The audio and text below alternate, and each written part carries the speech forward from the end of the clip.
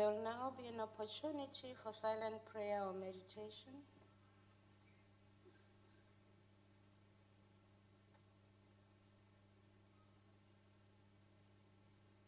Thank you. You may be seated.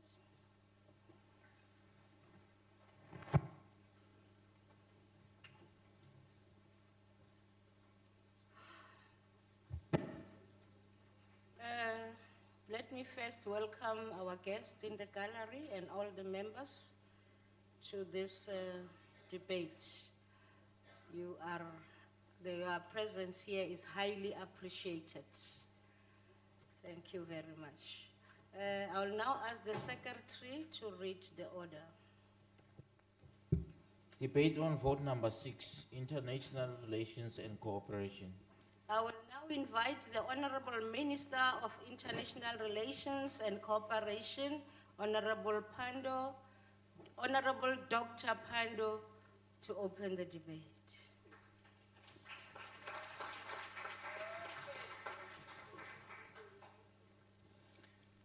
Thank you very much, Chairperson.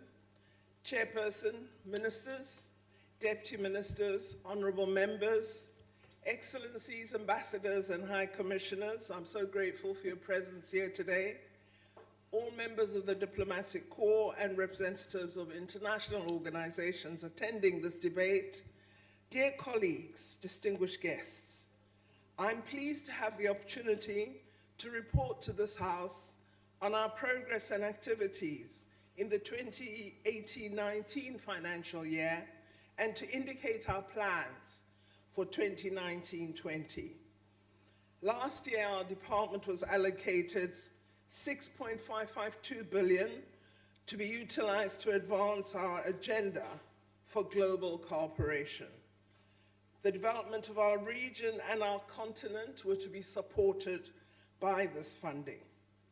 This year, we are allocated less, 6.508, as well as with all departments, we are confronted by the limitations of our low economic growth and thus reduced budget allocations. We also, as a department, unusually face the impact of currency fluctuations and rather inadequate provision for our compensation budget. Given these challenges, we have to use our resources wisely and strategically. The reduced budget severely impacts on our ability to support government in reaching our national priorities.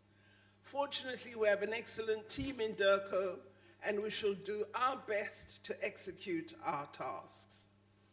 Honourable members, debates on the international relations budget and programme are incomplete if they're not associated with the tremendous role the international community played in supporting us to achieve our freedom.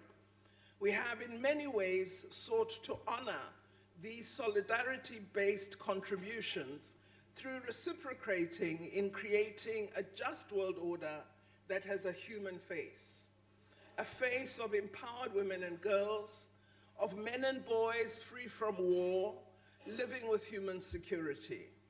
I've been pleased that our statements and voting patterns in Geneva and New York reflect our support for a more just world. Our work must always reflect this commitment to return the privilege of international solidarity with attention to the plight of those who seek refuge, democracy, freedom, and peace. This world has improved vastly, fortunately, from the world in which racial domination could thrive. And yet Palestine is still occupied and not free. South Sudan has internal conflict. Western Sahara is still occupied and not free. Cuba remains blockaded, and extremism and terrorism destabilize the world. Powerful forces of economic bullying seek to alter the established multilateral world order. Africa, too, continues to have many development challenges that must be addressed. We have to promote our relations in this challenging context. We have to use our extensive network and limited resources to support the emergence of a world where all enjoy freedom and democracy, increased human security and peace. Our relationships with the world will be centered on achieving these outcomes. This year, South Africa, we celebrate 25 years of freedom. Even though we are young adults in democracy, we can, as President Ramaphosa said in his SONA address, move forward together towards achieving a stronger, greater, more compassionate, more united and harmonious South Africa, and might we add, Africa. We recall too that this year, Rwanda commemorates 25 years since the genocide of 1994. We reaffirm our friendship and solidarity with the people and government of Rwanda and salute them for their determined efforts to achieve reconciliation and a nation at peace with itself. The search for social cohesion and reconciliation have been put to good effect in both our countries, and we should use this common experience to forge greater links. The work we do will advance such links and also actively contribute to the 7 priorities announced by President Ramaphosa. These priorities are global. They are in our National Development Plan, our Vision 2030. They're in the Sustainable Development Goals, Agenda 2030, and in our African Agenda 2063, describing the Africa we want. We will promote action to realize them for our country and our continent. We pursue the priorities in a period in which Africa has entered a phase that holds much promise for genuine sustainable development. We plan to use our diplomacy to build stronger links with Nigeria, Egypt, and Kenya as anchor countries that should advance these goals. Many African countries are achieving positive economic growth and developing social and economic infrastructure that expands the likelihood of national development, of higher growth levels, and broad social development for all. It is noteworthy that democracy has also taken hold in much of the continent, with free, fair, and regular elections on the rise. We are very encouraged by the launch of the African Continental Free Trade Area Agreement. Now that it has come into force, immense opportunity for trade within Africa has come into being. South Africa must ensure it is ready to take advantage of the potential offered by this expanded market access. Once the agreement is fully operationalized, Africa will be one of the world's largest single markets, encompassing 55 countries, a population of 1.2 billion people, and a combined GDP of 3.2 trillion US dollars. The development of the necessary infrastructure for this expanded trade is going to gather speed, and we as South Africa must be ready to play a key role. In addition, honourable members, our capacity for research and innovation could, I believe, play a critical role in advancing our industrial development ambitions. Minerals beneficiation, use of advanced manufacturing, and wider use of digital technologies could place us at the leading edge of economic innovation support in Africa. We as South Africa have excellent research universities. We train a significant number of African postgraduate students and researchers, and yet we absorb just a small number of them. We also have very competent research councils as a country. Imagine the contribution we could make to our continent if we multiplied this capacity. The development potential of a vibrant Africa-based knowledge economy would become a genuine reality. Our capacity for innovation must become part of our diplomatic interactions and be utilized to advance our continent's ambitions. We should promote the creation of hundreds of research institutes all over Africa and ensure they are supported to be innovative, productive, and responsive. We have the capacity. Let us use it strategically. One of our major cooperation successes is our regional economic community, which has established a strong platform for greater integration and growth. We must consolidate and expand trade and investment in SADC and give effect to the President's assertion that within the SADC region, we should prioritize development of cross-border value chains in key sectors such as energy, mining and mineral beneficiation, industrialization, and enhancing manufacturing capacity, infrastructure development, as well as agro-processing. We will therefore intensify several related SADC initiatives. I'm pleased with the progress that was achieved during South Africa's tenure as SADC chair. Progress on regional trade has been increased by the operationalization of the integrated real-time gross settlement system, which is hosted by the South African Reserve Bank. A total of 81 banks are participating in the system.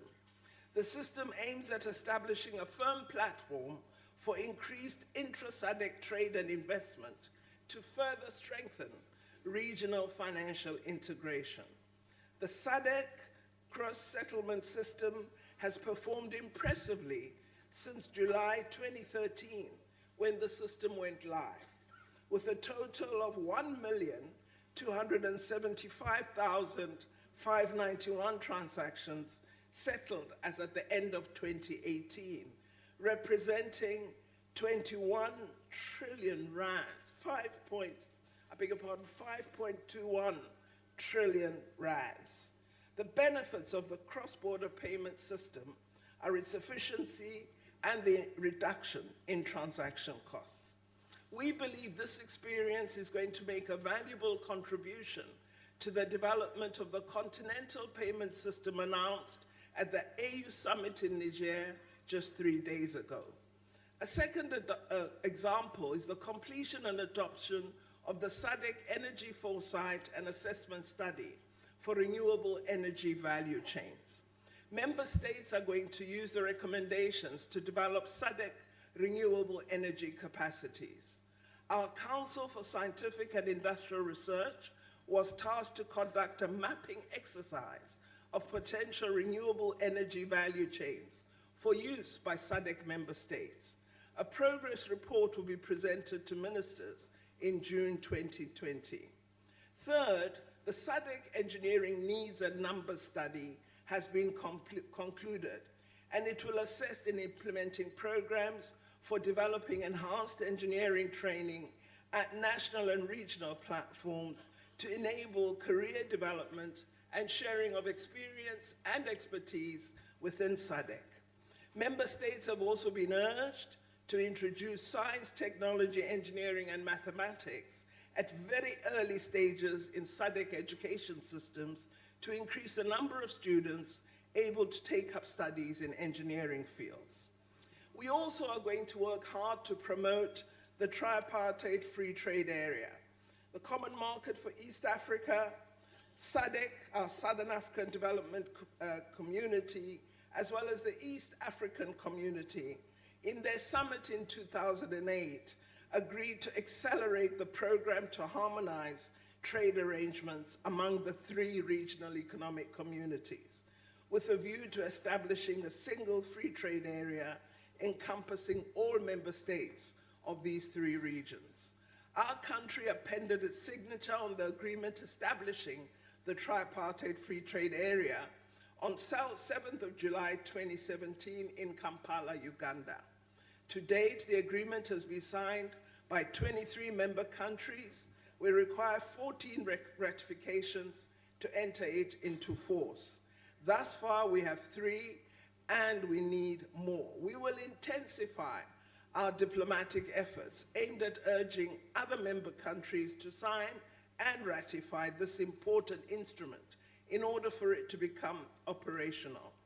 A summit is scheduled to take place in January 2020 of the tripartite communities. We hope that the ratification threshold would have been reached by that date when we meet in Kigali, Rwanda.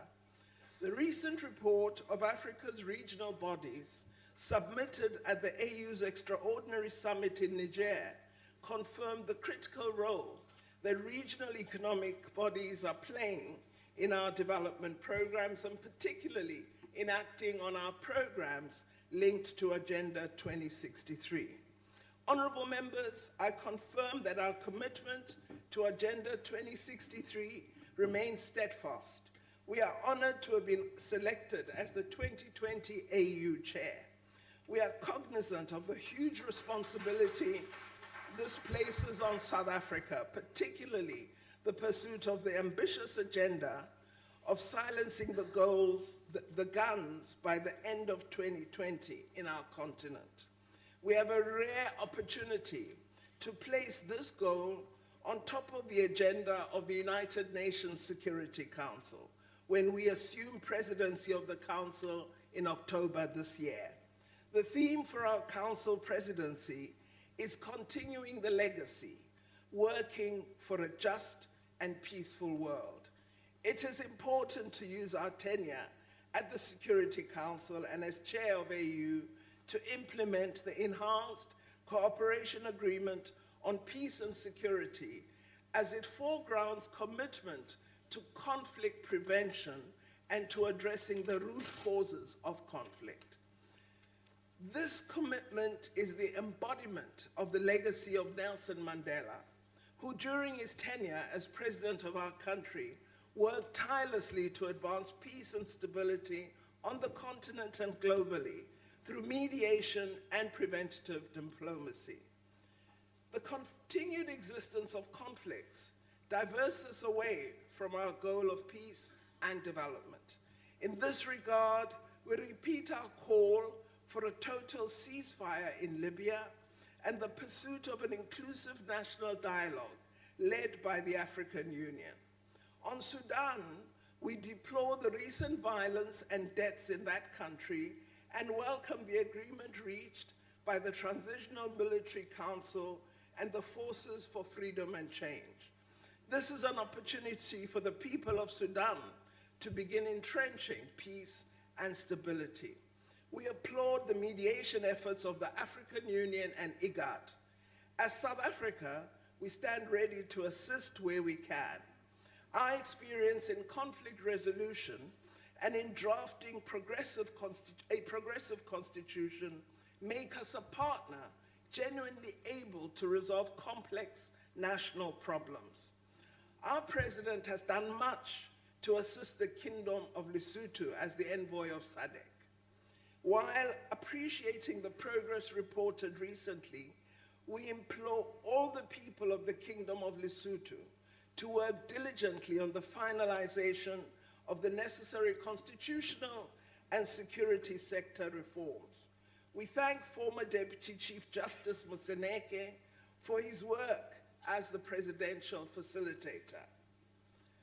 A peaceful and stable, as well as economically integrated Africa will contribute toward transforming the world to ensure that people of the global south are not marginalized. We have partnered with like-minded countries to improve our condition and that of our partners. Work in Africa's partnership with China in the Forum for China-Africa Cooperation and with Japan in the International Conference for Africa's Development can make a significant contribution to our progress. The BRICS is also a formation which has the potential to change the global political and economic outlook. The work of the new development bank, its Africa Regional Center located in South Africa, and the contingency reserve arrangement are concrete examples of the effectiveness possible in BRICS.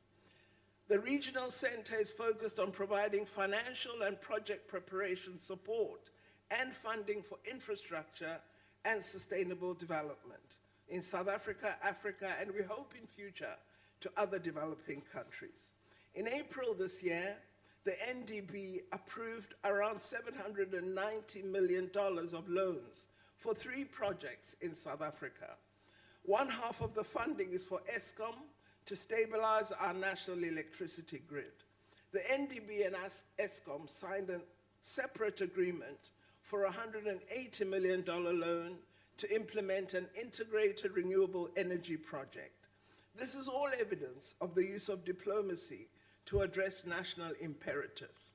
The NDB will also provide infrastructure and sustainable development project funding to countries that are not members of the BRICS. It has confirmed that part of the $790 million will fund the Lesotho Highlands Water Project. The implementation of the second phase of this project is important for both South Africa and Lesotho and is of immense development value to the two countries. Honourable members, we also continue to enhance our cooperation with institutions and countries of the North. Our partners continue to play a constructive role in bridging the global development divide. President Ramaphosa has been consistent in using platforms such as the G20 and the G7 to argue for support for Africa and for a fair, inclusive, and balanced world trade environment. We believe as a country in multilateralism and reject attempts at unipolarity and the neglect of the poor and marginalized. We believe much more must be done for shared growth, for the empowerment of women, and the eradication of poverty, as well as the eradication of inequality. Success in pursuing these objectives means leadership, hard work, consistency, and commitment. We as Africans must rise and act in our own interest. We need to execute our own agreed agenda. We have a number of important strategic partners whose support and solidarity we appreciate. One that we often don't talk of is the United States of America, a very important strategic partner in the fight against HIV and AIDS. The United States has been instrumental in supporting our national HIV prevention and support programs, and American businesses continue to invest in South Africa to create employment and reverse the frontiers of poverty. We have excellent trade relationships and are determined to expand them for increased growth and job creation. We will affirm these links while also working to support measures for peace in South Sudan, freedom and justice for the people of Sahrawi, and freedom, security, and democracy for the people of Palestine. We will also continue to strive for the end of the unilateral economic blockade against Cuba and continue to strengthen our collaboration with the government and people of Cuba. We've been closely monitoring developments regarding the UK's planned exit from the European Union. South Africa remains strongly committed to our strategic partnership with the EU, which has created a platform for engagement at a number of levels, not only on bilateral matters, but also on matters pertaining to regional, continental, and global challenges. The European Union as a bloc is South Africa's largest trading partner, with total trade having increased from 497 billion in 2014 to 620 billion in 2018. While there remains a significant trade deficit, South African exports to the EU have increased from 197 billion rand in 2014 to 268 billion rands in 2018. The 1.4 trillion rands in foreign investment from Europe, representing approximately 77% of total FDI in our country, has made a significant contribution to our economic goals and to industrialization in our country. We will work with greater energy to increase our cooperation with India, Russia, and Brazil. Our partnership with the People's Republic of China will continue to grow and thrive. The recent conclusion of 90 trade and export contracts will enhance our partnership even further. In his recent SONA address, the President referred to the need for us to increase tourist arrivals to support our economy. Europe and Africa remain among the leading continents in terms of tourist arrivals in South Africa. I've tasked all our missions with the responsibility to help manage and brand South Africa to attract more tourists. Similarly, they've been given the huge task of assisting us in securing more foreign direct investment while identifying and leveraging trade and cultural diplomacy opportunities in their host countries. Our foreign policy principles remain, honourable members, centred on promoting peace, human rights and dignity for all throughout the world. We continue to be guided by our apex mandate, which is our constitution. I'm currently studying the Ministerial Review Panel report on foreign policy and hope to report to our Portfolio Committee and Parliament on our response very soon. We also hope that Parliament will assist us by processing finally the Foreign Service Bill. I'd like to conclude by thanking the two Deputy Ministers for their guidance and support in preparing for the budget vote. Deputy Minister Botas will outline further details of our work in his contribution. Deputy Minister Mashego Dlamini is away on official duties attending a Commonwealth Governing Council meeting. I thank our Director General and the management of the department, my special advisors, the staff in the ministry, my family, especially my daughter, who rather late at night had to listen to my draft of the speech and was falling asleep, poor thing, but kept up. I thank her for that.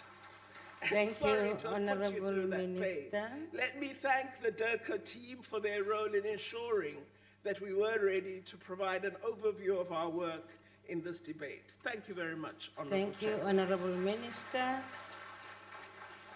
We now invite the chairperson of the committee, Honourable Mahambe Hlala.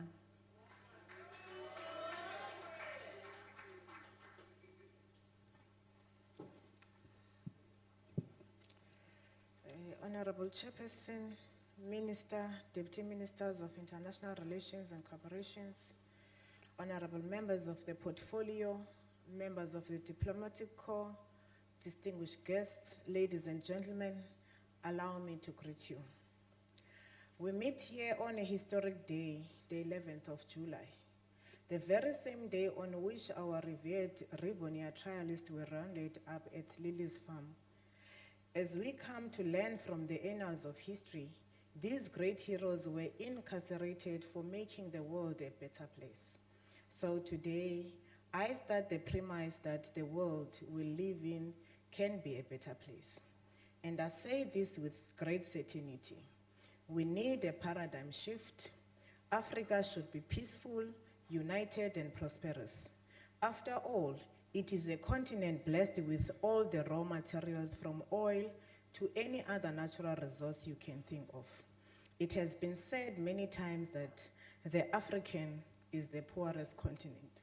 Is it real poor? Is it not high time we confront the truth in its entirety? And that is, some amongst us are stealing from the continent with assistance of former colonial masters, or some are simply the conduits of former colonialists. Collectively, we must continue to celebrate the victories won for our liberation. We must dedicate ourselves to rise together whilst we ensure that we defend our liberty and unity. In the words of Kwame Nkrumah, we face neither east nor west, we face forward, close quote.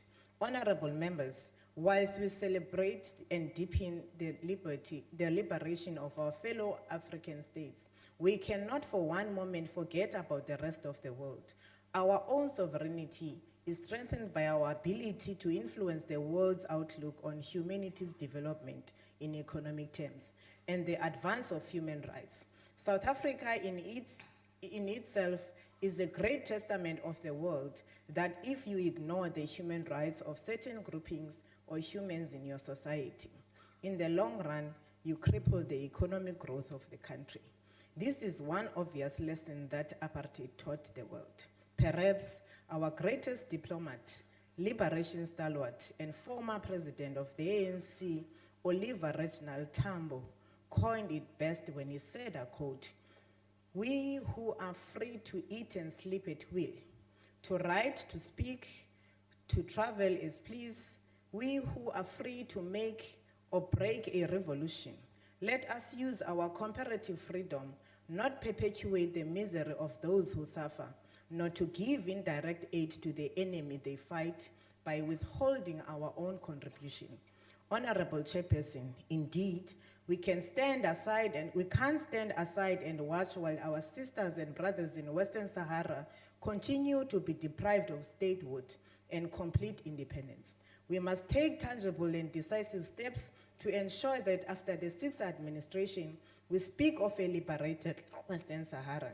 Honourable members, we may think that we no longer live in an era of colonialization and imperialism, but recent events in Venezuela and Libya, to some extent, show us a completely different picture. It is no coincidence that all rich countries experience similar levels of unrest and disenfranchisement, albeit at different times. We cannot be at ease whilst history repeats itself in any part of the world, for the simple reason that when a regime is changed outside the country's own violation, almost always results in a human rights crisis. We cannot ignore the plight of Libyans today, especially because it was not of their own doing. The crude colonization of that country has had a profound effect on how the world's take on immigration, especially in Europe. We now live in an era where thousands of migrants die whilst fleeing states which used to be functional before. If we do not take decisive steps against the resurgence of an imperialist agenda, we run this risk of seeing a relatively progressive human rights agenda deteriorating. There are few countries in the world who have resisted the cudgels of capitalism and imperialism like Cuba. For 50 years, the people have suffered as a result of an unjust economic, commercial, and financial blockade by the US. This has been a major hindrance to Cuba's development. Despite this, the Cuban nation has maintained its independence and sovereignty in the face of the vicious imperialist orchestrated campaign to destroy the impressive gains made by the Cuban Revolution. We must continue to assist the Cubans to be masters of their destiny. In many ways, the internationalist character of the Cubans has aided many revolutions on the continent. It is this internationalist character that we should continue to embody in our approach to peace and security in the world. Honourable Minister, as the ANC, we have been unanimous on the plight of the Palestine people.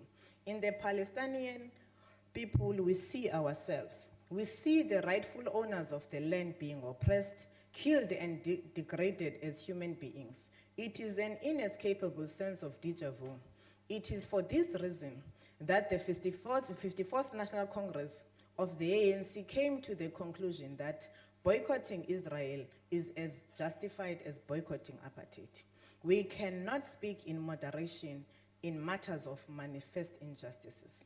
As former President Mandela put it, the temptation in our situation is to speak in muffled tones about an issue such as the rights of the people of Palestine. We can easily be incited to read reconciliation and fairness as meaning parity between justice and injustice. Having reached our freedom, we can fall into the trap of washing our hands of the difficulties that others face, yet we would be less human if we did so. Close quote. The implementation of all NASRAC resolutions insofar as this question is concerned is undoubtedly framed around this logic.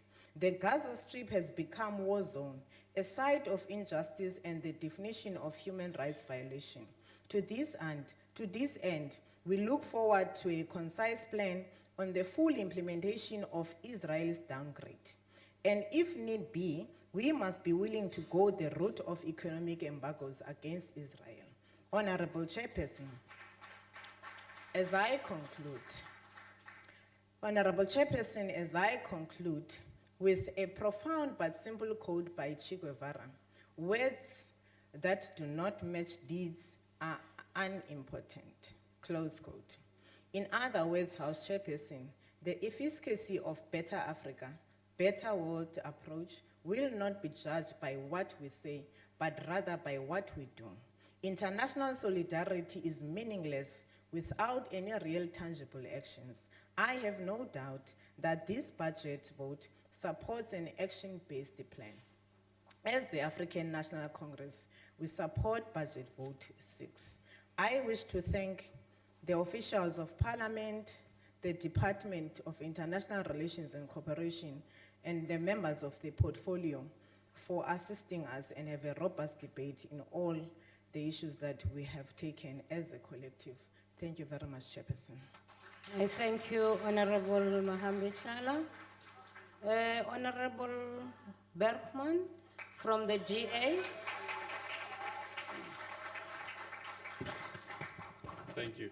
Honourable members, the time has come to ask ourselves some tough questions. Are we masters of our destiny, or are we doomed to repeat the same mistakes as the dark past that we come from? Ever asked yourself about the value we are getting as a country from our BRICS membership? Has South Africa not been reduced to playing second fiddle to countries such as China and Russia? South Africa is trying so hard to move away from its colonial past. Would it not be fatal for the country to land in the same trap as before? The problem is that we send off mixed signals, to the extent that there is a communication discord between the Department of International Relations and Cooperation and the executive. South Africa has come out of a devastating Zuma administration, which our current president rightfully described as wasted years. We watched in dismay as international fugitives wanted by the international crimes courts, such as the Sudan's deposed dictator, Omar al-Bashir, were assisted by organs of state to exit the country in violation of our international obligations. We witnessed the assault of a South African citizen on our soil, but the state bent over backwards to protect the perpetrator instead of the victim. We were constantly bombarded with reports about allegations of smuggling by our diplomatic staff. Honourable members, we cannot allow this assault on our image as a country to continue.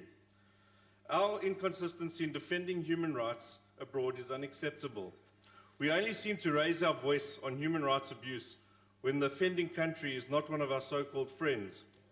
We enter the UN Security Council with a string of illogical voting patterns that seem to be more about an appeasement to our allies than a firm stand for a cause.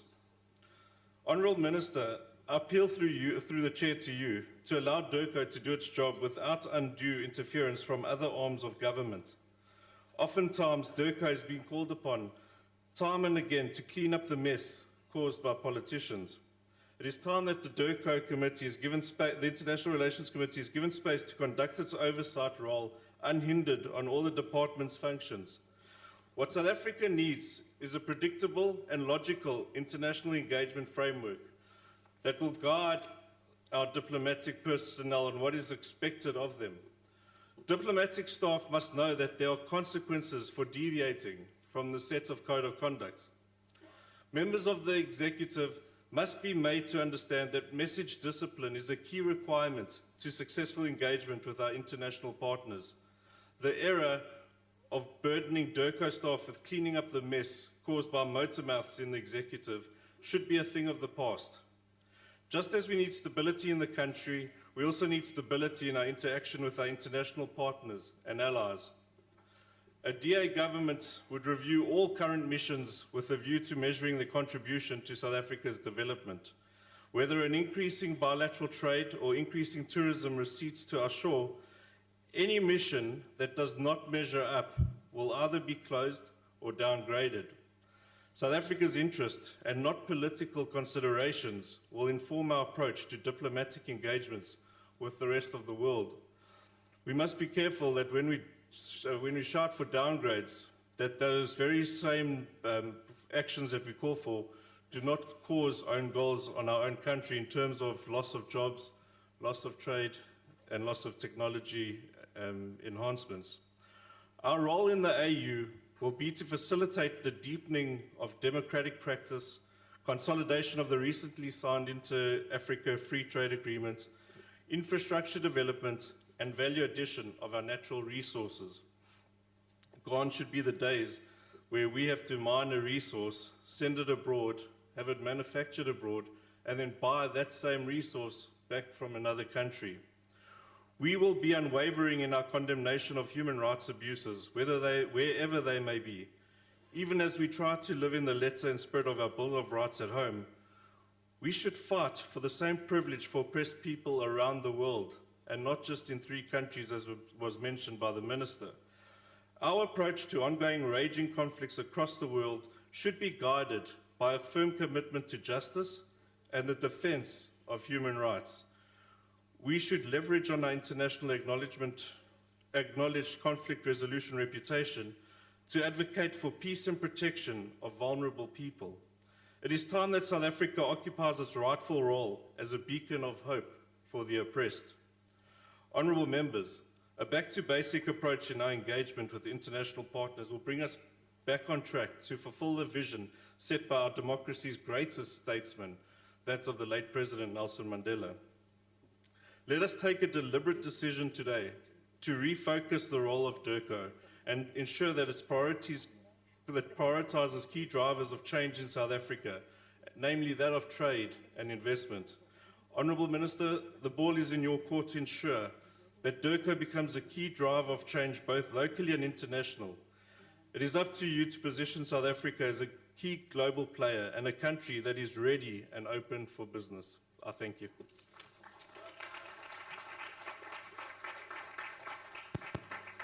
Thank you very much. We now invite Honourable Msani of the EFF to continue with the debate. Thank you, Chairperson. Chairperson, on behalf of the economic freedom fighters, I would like to take this opportunity to pass our condolences to the family of the late Mam Nomhle Nkonyeni, who passed away early yesterday morning. Mam Nkonyeni had a distinguished career spanning close to 60 years and inspired generations of Southern African actors to aspire for more. May her beautiful soul rest in peace and rise in eternal glory.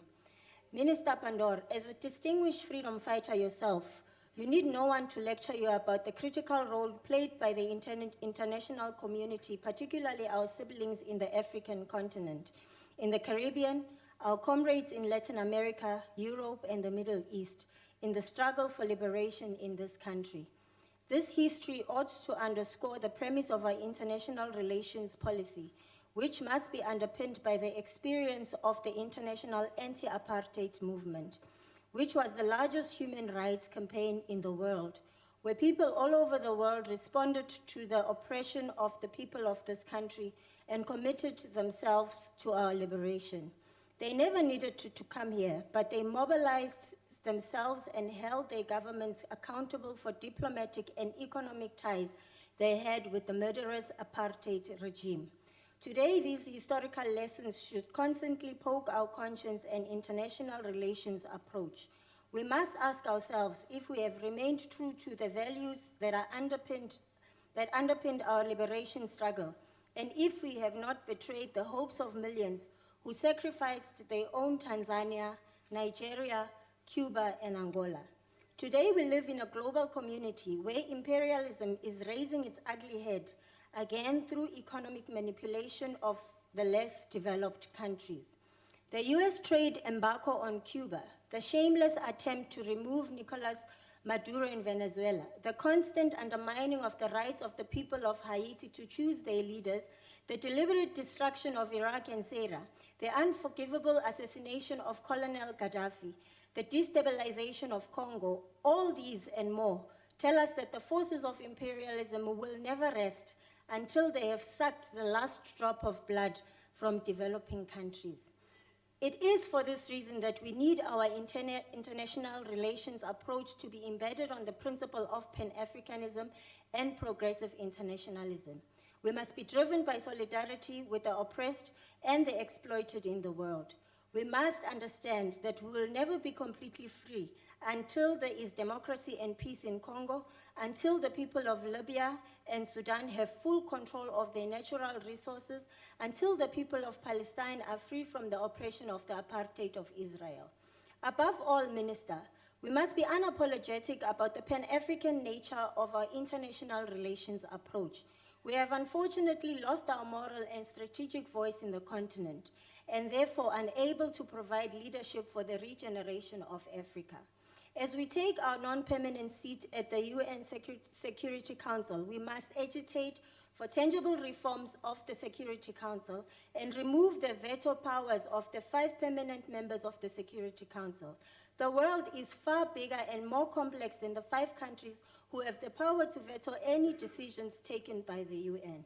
To foster Pan-African development, we must recommit ourselves to the Abuja Treaty, which will remain the only radical plan for African integration and development with a clear, tangible goals for integrating Africa's development, to ensure that Africa benefits from its wealth and its natural resources, and there is a deeper entrenchment for freedoms across the continent. To attain this vision, we must strengthen the Pan-African Parliament and give it real and exclusive authority to legislate on the elimination of intra-African trade barriers.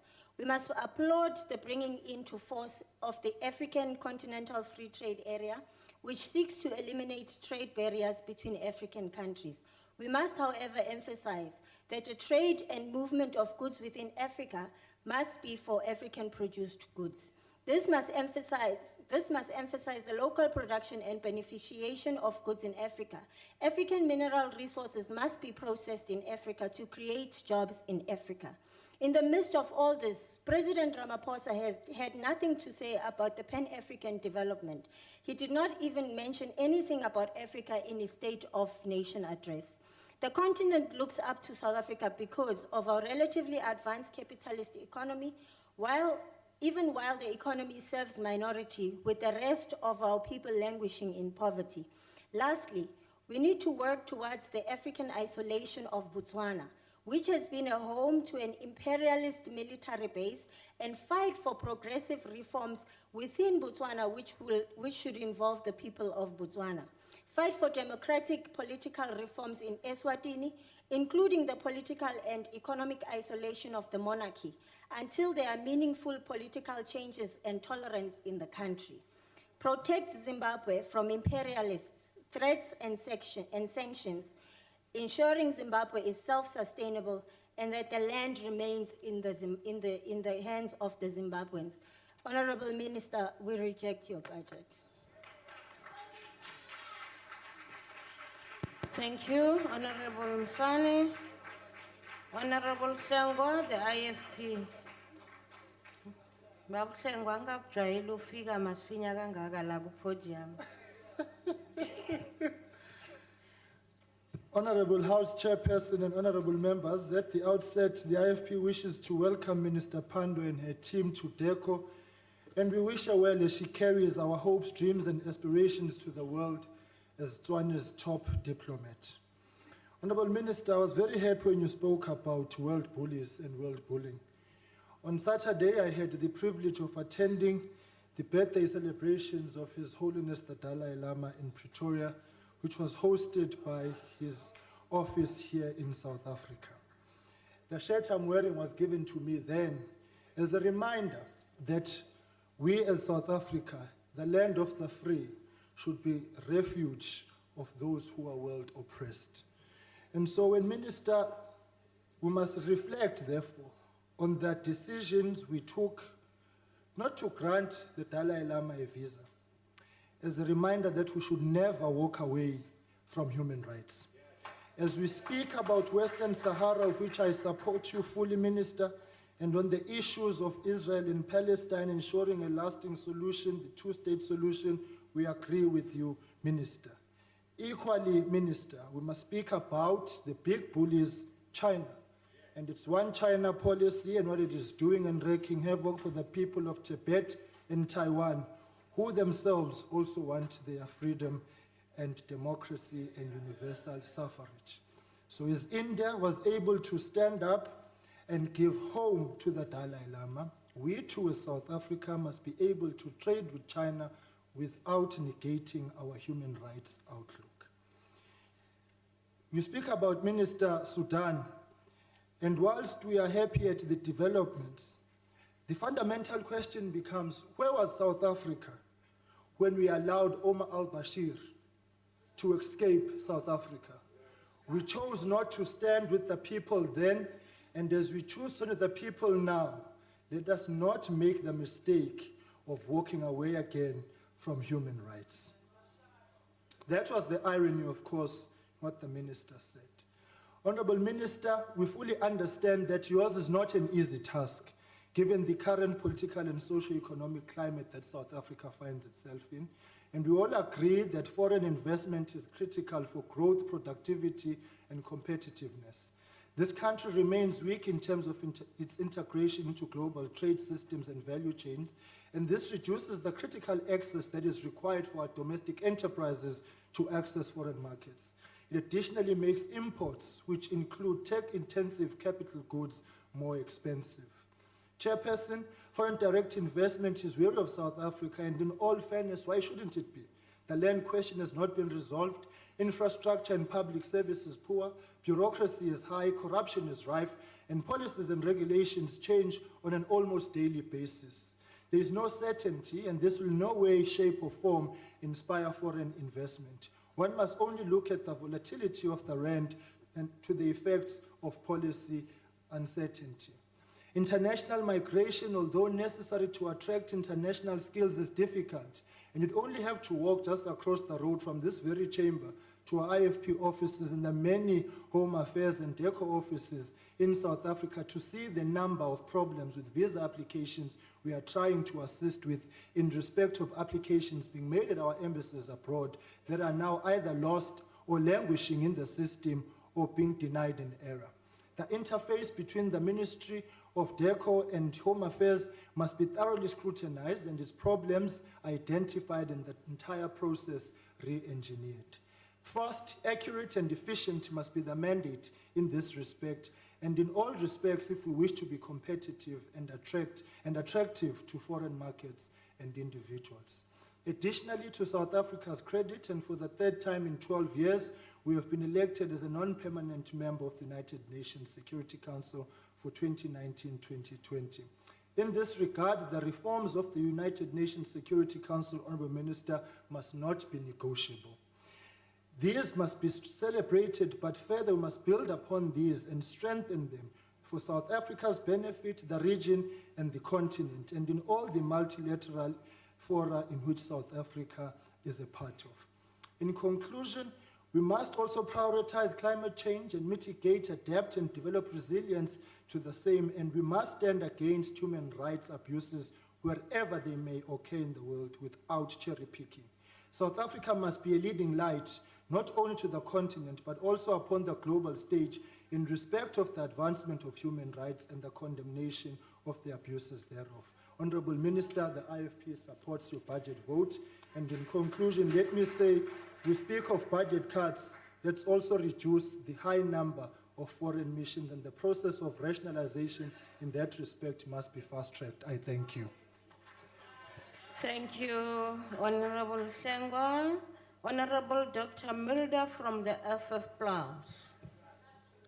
Thank you, Honourable Chairperson. Today indeed is a good day, since the FF+ yesterday won an award from the Democratic Alliance with a huge majority.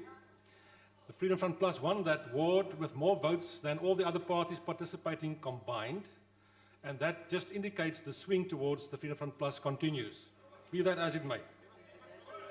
No, they were not. No, they were not. Now, Honourable Minister, allow me to congratulate you on your appointment. You are also a veteran since 1994. And we all know that at the moment there's a term being used when we refer to President Ramaphosa, when people talk about Ramaphoria. I would like to suggest that we also look at the term when it comes to our International Relations Department and maybe speak about Pandorphoria.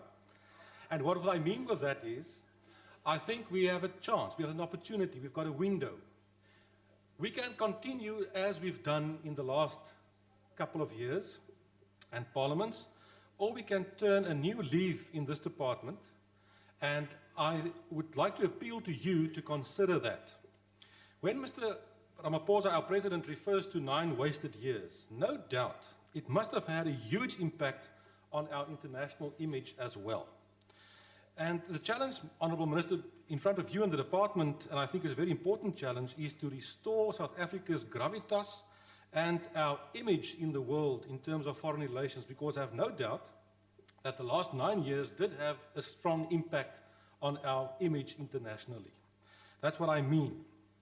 Now, Honourable Minister, you also referred in your speech to the theme for our seat when we occupy the chair of the African Union, when you said, continuing the legacy, working for a just and peaceful world. And I understand that.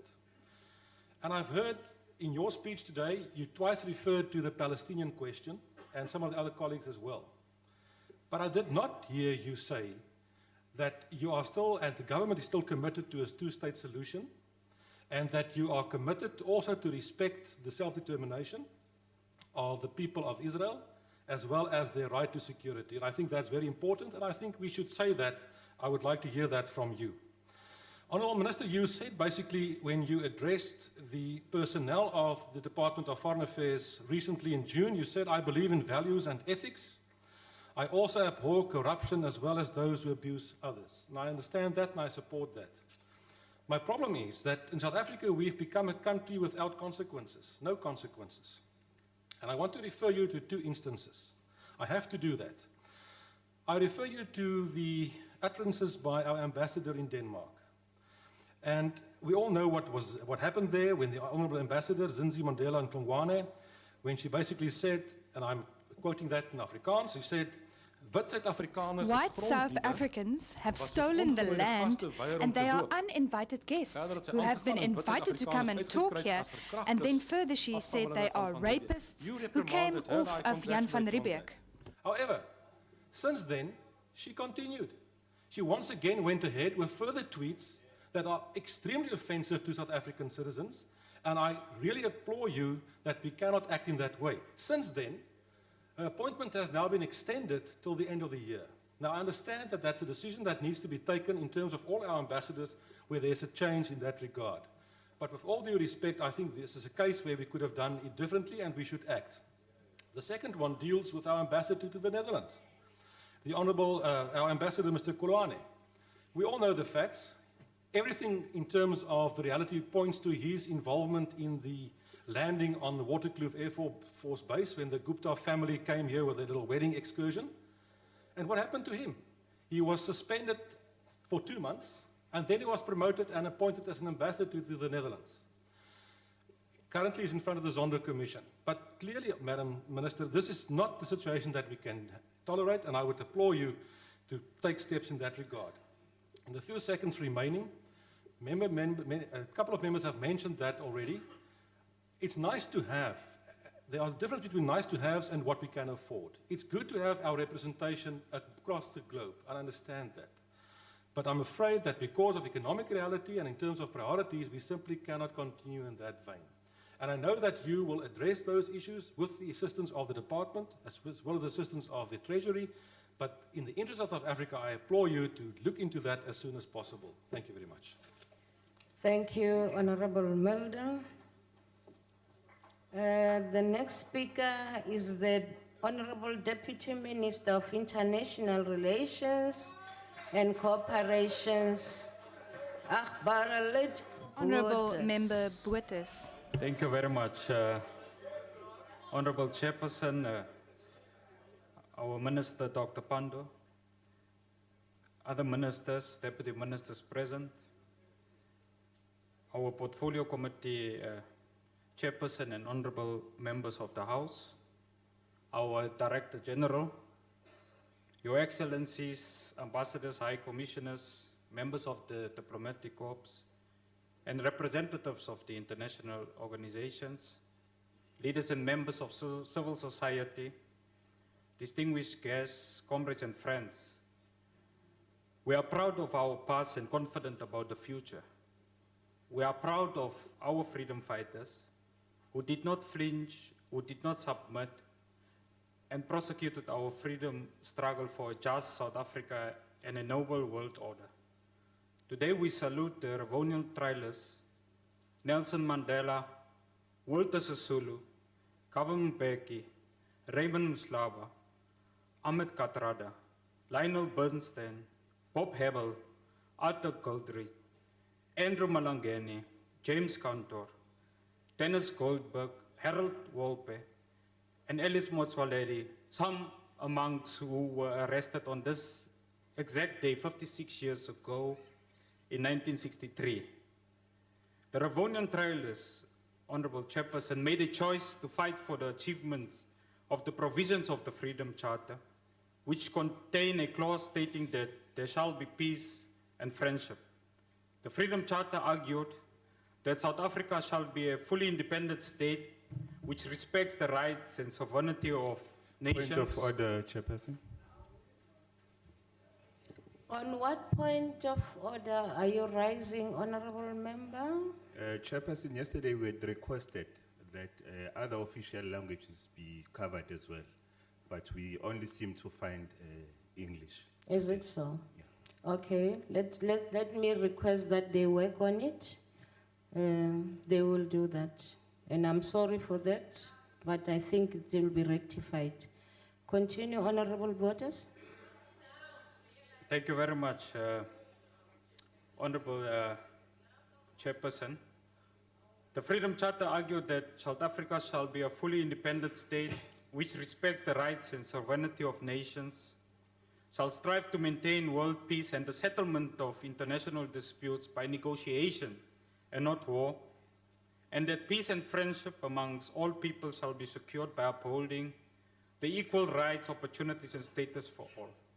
Our Constitution, as well as Chapter 7 of the National Development Plan, envisage an activist developmental state with an overarching foreign policy architecture premised on Pan-Africanism, progressive internationalism, and human solidarity, with in particular the countries of the South, a human rights-centered foreign policy with due regard and respect for international law, multilateralism, and an international rules-based order to resolve conflict peacefully, and economic diplomacy.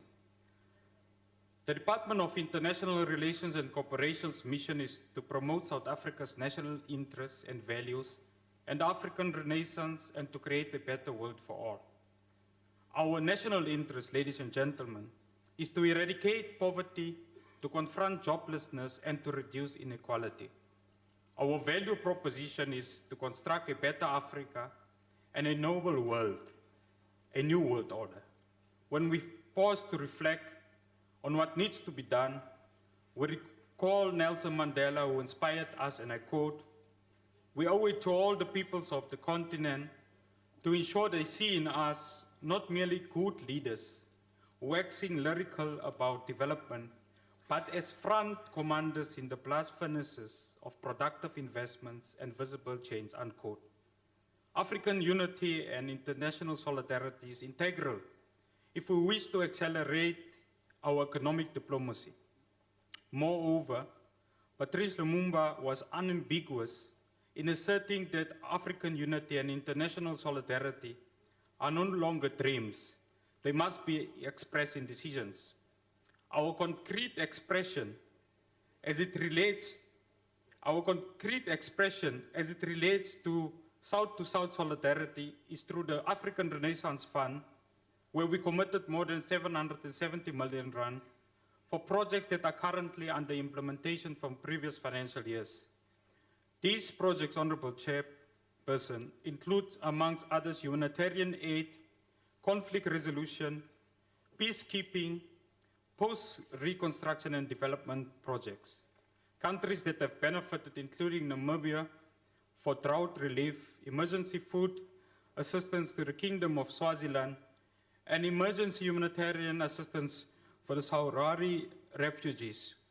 Furthermore, Honourable Chairperson, we have supported peacekeeping missions, conflict meditations, promotion of democracy and good governance in both the Kingdom of Lesotho and Madagascar. the establishment of the African Ombuds Research Institute, and South Africa's participation in the African Electoral Observer Missions of Zimbabwe, Swaziland, DRC, Mauritius, Madagascar, and Comoros were also supported. In the 2019-20 financial year, the African Renaissance Fund has committed a further 138 million to new projects. These new projects include, amongst others, humanitarian, specifically disaster assistance to Zimbabwe, to the worth of 50 million rand, and Mozambique, the deployment of a border boundary expert and humanitarian aid to South Sudan to the tune of approximately 115 million rand, and to the African Women in Dialogue Leadership Program, which bring together 1,000 women leaders from across the African continent.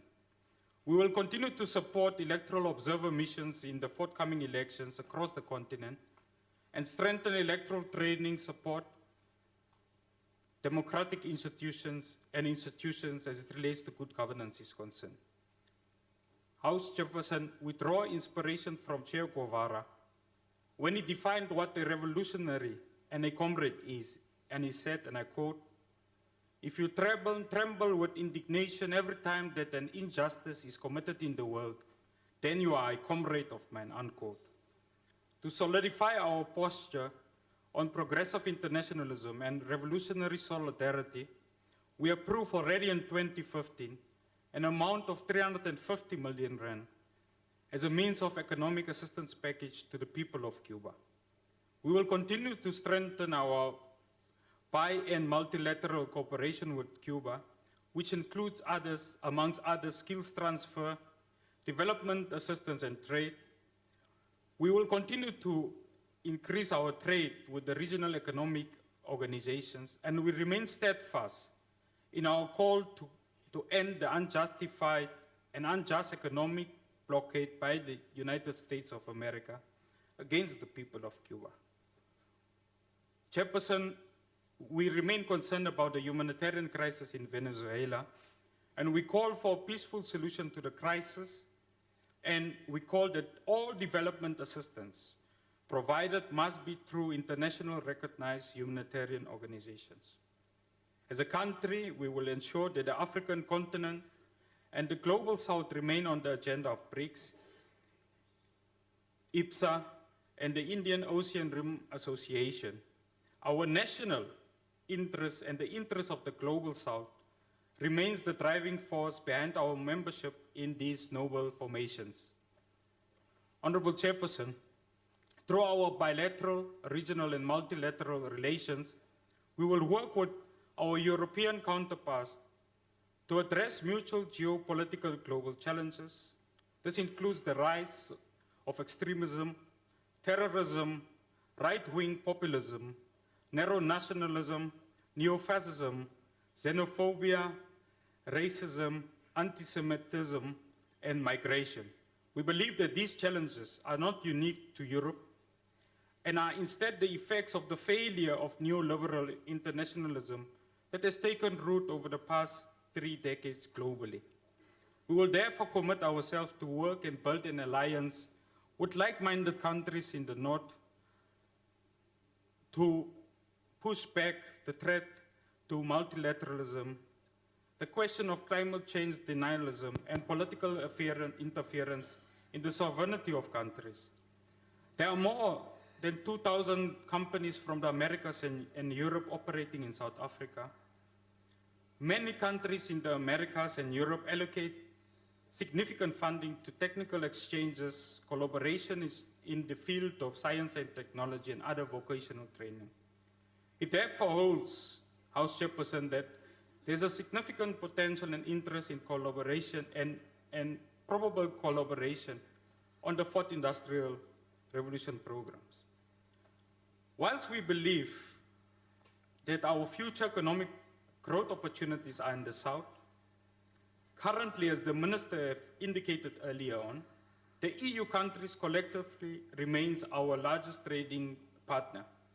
Therefore, we require equal commitment to both the North and South to advance the economic diplomacy of South Africa.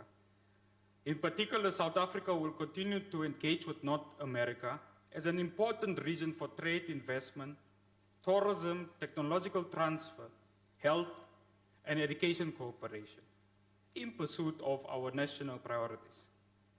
Honourable Chairperson, the United States of America is the most significant economic partner with 76.7 billion rand in South African exports to the United States in 2018, with 73.1 billion in imports, supplemented by investments worth 129 billion rand in South Africa.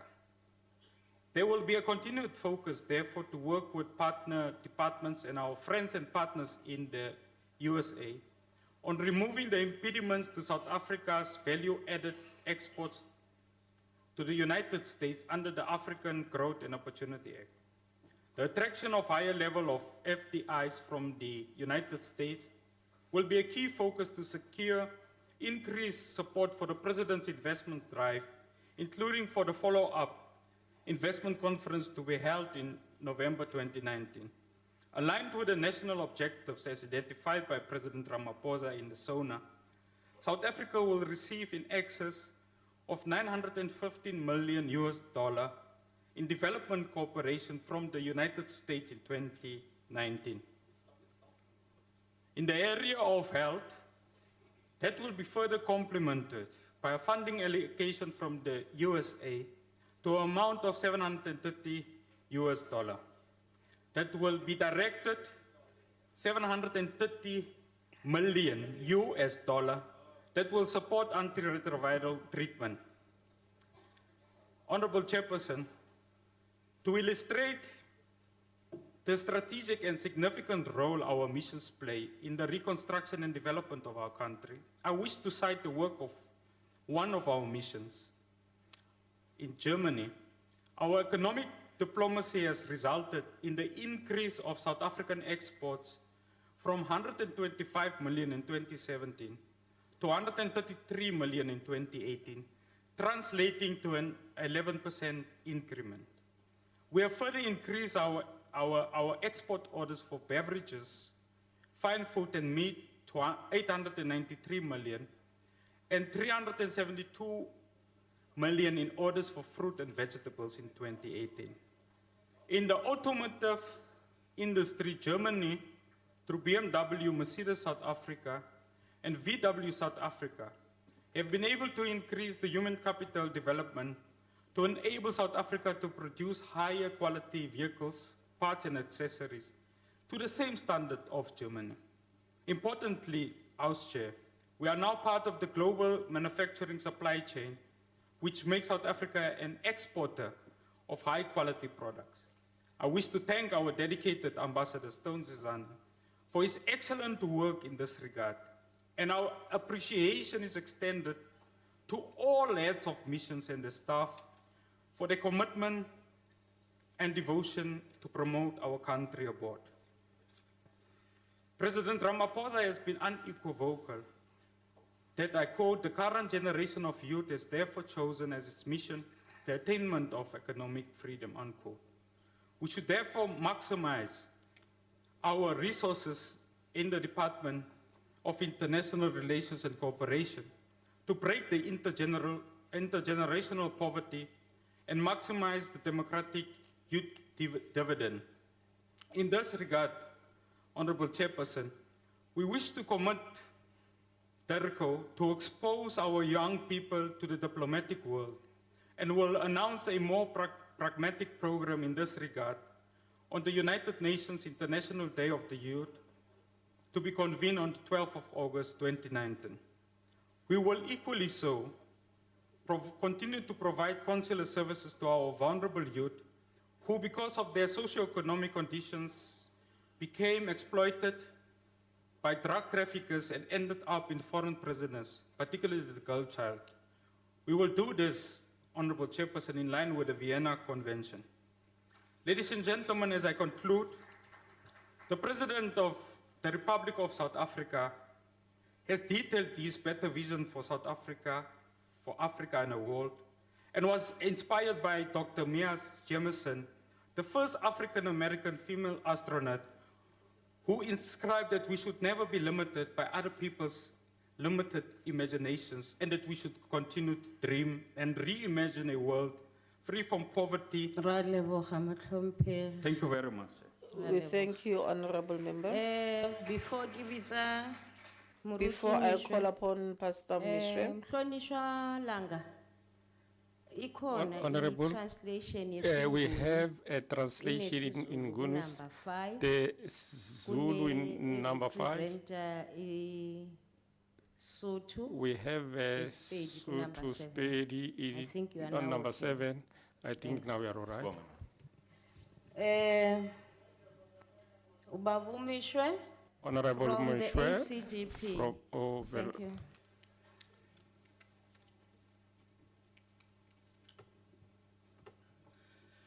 Thank you, House Chairperson, honorable members. The ACDP would like to congratulate Honorable Dr. Naledi Pandor on her appointment to head this very important department on international relations and cooperation. I also want to give credit to my former colleague, Mrs. Sherilyn Dudley, who did a sterling job while she served on this committee for a number of years. In one of her many speeches, she said, and I quote her, "The ACDP will support all government efforts to promote peace and sustainable development within South Africa, regionally and globally," close quote. This position will not change the ACDP as we are committed to peace, reconciliation, and nation building. The ACDP is aware that pressure is constantly put on South Africa to take sides in many conflicts. We would like to encourage government to, despite the pressure, remain committed to meaningful and positive engagement with all stakeholders, particularly when dealing with Middle East conflicts.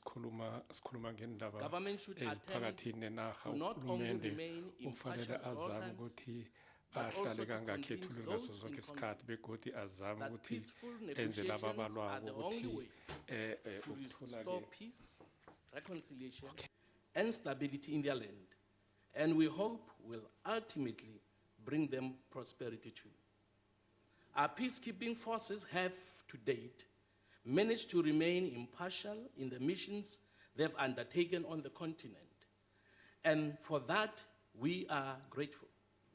The ACDP would like to see government maintaining the same position of impartiality wherever South Africa is involved in mediation everywhere in the world, including in the Middle East. Obviously, a number of things have been said about the conflict between Israel and Palestine that deserves a comment also from the ACDP. South Africa, Chairperson, has the opportunity to negotiate peaceful coexistence between Israel and Palestine. But attitudes have to change, and South Africa must prove itself to be a credible, impartial mediator. If government is truly committed to peaceful coexistence, then they should be heard condemning Iran, Hamas, the Palestinian Authority, and all other Israel haters who are calling for the destruction of the state of Israel. Otherwise, all the noise that is being made about the world peace is a hypocrisy. Nobody or no country in the world should have the right to try to annihilate another nation. That should be totally unacceptable. The mandate of the Department of International Relations and Cooperation is to, among other things, coordinate and align South Africa's policy abroad and monitor developments in the international arena. It is also to contribute to to the creation of an enabling international environment for South Africa to do trade abroad. Furthermore, Honourable according- Minister, your time has expired.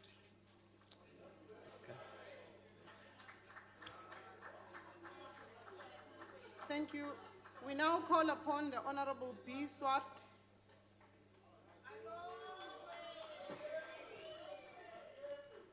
House Chairperson, Honourable Minister of Turko, Minister Dr. Naledi Pandor, all ministers and deputy ministers, Chairperson of the committee, Honourable Thandi Mahambe-Hlala, Honourable ministers, honourable members, esteemed guests, ladies and gentlemen, fellow South Africans. It is indeed a special pleasure and honour for me to address this House on the occasion of Turko budget vote. It is befitting that this debate is taking place in the month of July, when we pay homage to an illustrious world icon, the founding father of South African democracy, President Nelson Rolihlahla Mandela, who laid a firm and solid foundation for human rights and active involvement in multilateral processes. For us as the ANC, this month is made even more sacrosanct and firmly rooted in our hearts because it is also the month when we commemorate the inspiring life and death of the 9th president of the ANC, Inkosi Albert Luthuli. These two great icons of our people have left us all with important lessons of how to serve our people, of the need to put interests of our people before our own personal interest, to be prepared to sacrifice for the greater good and to refuse to sink into the cesspool of greed, of lust for power, and the betrayal of the noble ideals and traditions that many heroes and heroines of our protracted struggle, such as Inkosi Pambata, Pixley Kaseme, John Langa Libalele Dube, Mahatma Gandhi, Charlotte Maxeke, and others had bequeathed to him and us. Honourable Chair, the late former Secretary General of the United Nations, Kofi Annan, asserted in his book titled Intervention under a Preface, The Arc of Intervention. I quote, "What do we stand for as a global community? What are the responsibilities of our common fate in a world that is simultaneously coming together and coming apart? How do we exercise those responsibilities? How do we strike the balance between growth and development, equality and opportunity, human rights and human security," unquote. The ANC as a government has over time used progressive internationalism, including commitment to multilateralism, peaceful resolutions of conflicts, human rights, social justice, and the reform of global political and economic order. As prism of its role in international affairs, it has been guided by the need to link the national interest to the achievement of a better Africa and a better world, as envisaged by the 4 barriers of our liberation struggle. These developmental imperatives are in line with the objectives of our Chapter 7 of our Lodestar Visionary Document, National Development Plan, also known as the NDP. Honourable Chair, South Africa is required to understand the current balance of forces insofar as global realignment is concerned. This is a moment that we must never take for granted in relation to the constant changes that continue to straddle domestic, regional, and global domains. I'm stressing the global realignment in context of the current situation as it relates to referendum developments regarding the UK exit from the European Union and Africa's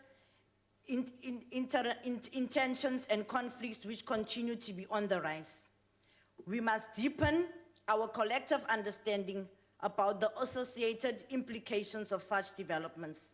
This highly dynamic and complex environment that must be closely monitored if we are to meet the goals of Agenda 2063 and the implementation of the new Partnership for Africa's Developmental Program.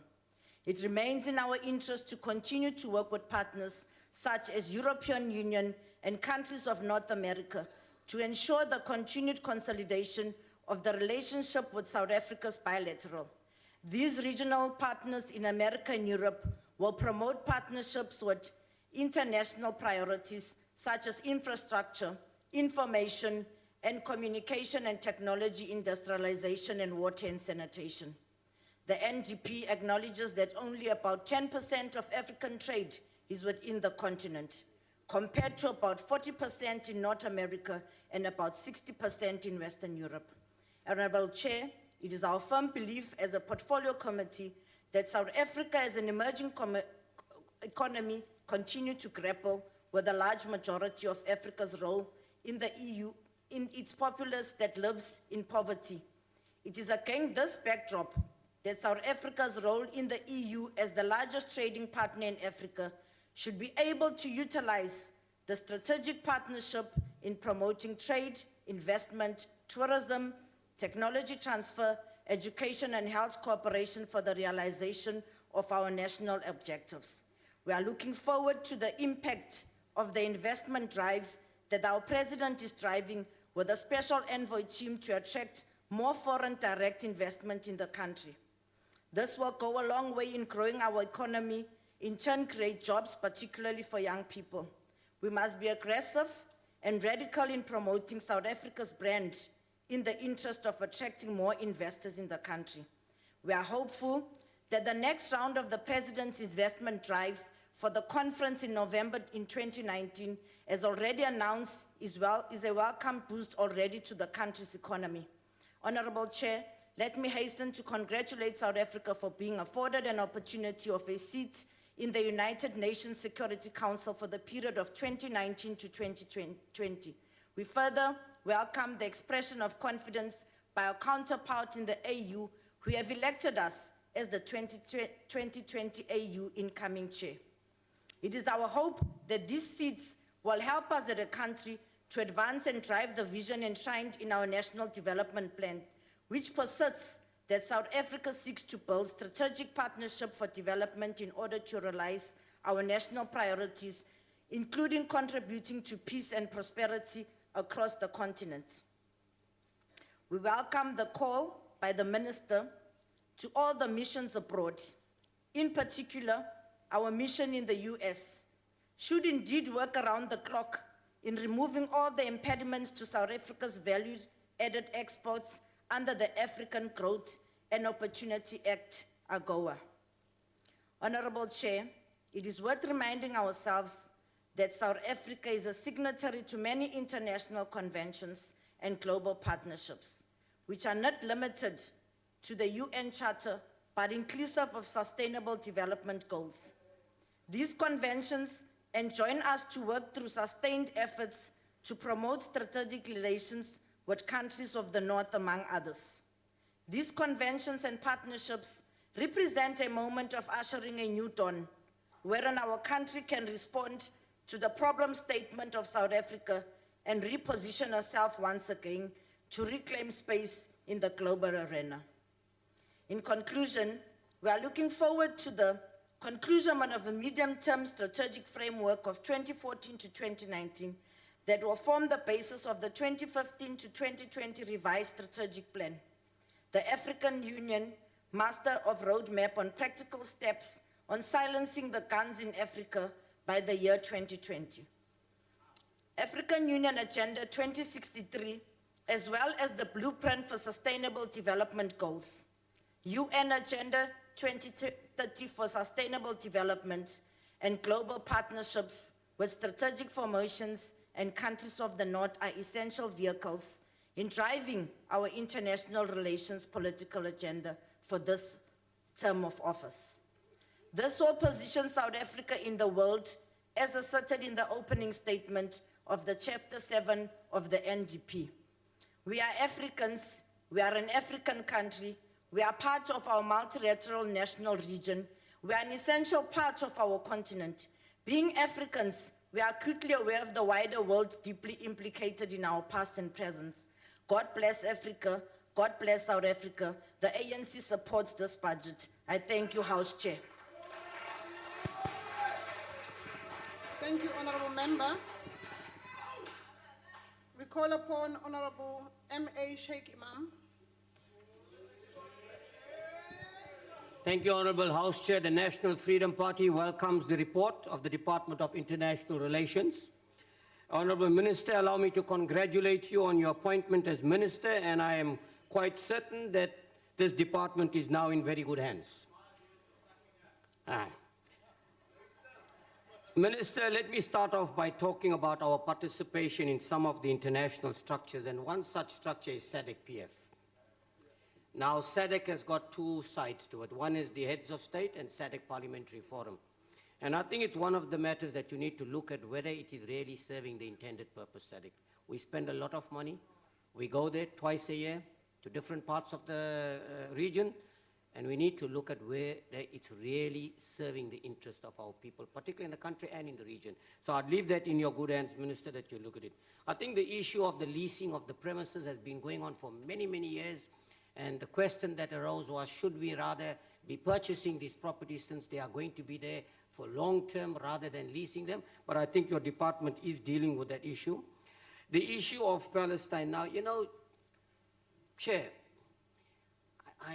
I don't know whether we read different dictionaries or what, but when I look at the word impartial, it looks like some of us interpret it differently. But I have an answer why we interpret it differently. There's only one reason. And that one reason is money. So if you get money for anything, you sell your principles, you sell your soul, you sell your values, you sell everything. So you can't be impartial. That is clearly what it is. Now look at this one. You come there, you take over something that is not yours, you violate the human rights of these people, and you're telling me I must be impartial. I don't understand this. So to be honest with you, some of these people need to go back and search their souls. But let me tell you where it comes from. Those that were privileged during the days of oppression in South Africa and were part and parcel of the oppressors will never understand what the Palestinian people go through. And we as the National Freedom Party saying anyone, anywhere in the world, must not be allowed to be oppressed. I hear a lot of words about China, and yes, indeed, we must be mindful of China and what they can do. But why is it I don't hear the same of the greatest monster on earth, and that is the United States of America, where there is no peace in the world because of the United States of America.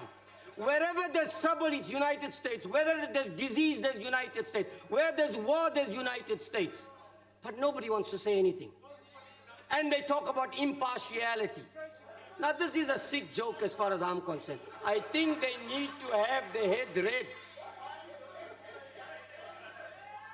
The National Freedom Party fully supports you, Minister, and your entire team, and congratulates you on the work that you do. Thank you very much.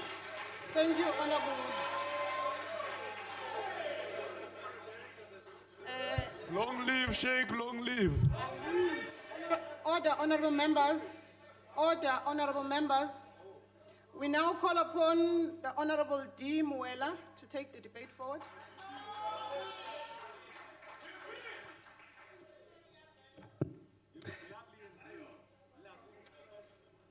Honourable Chair, thank you very much.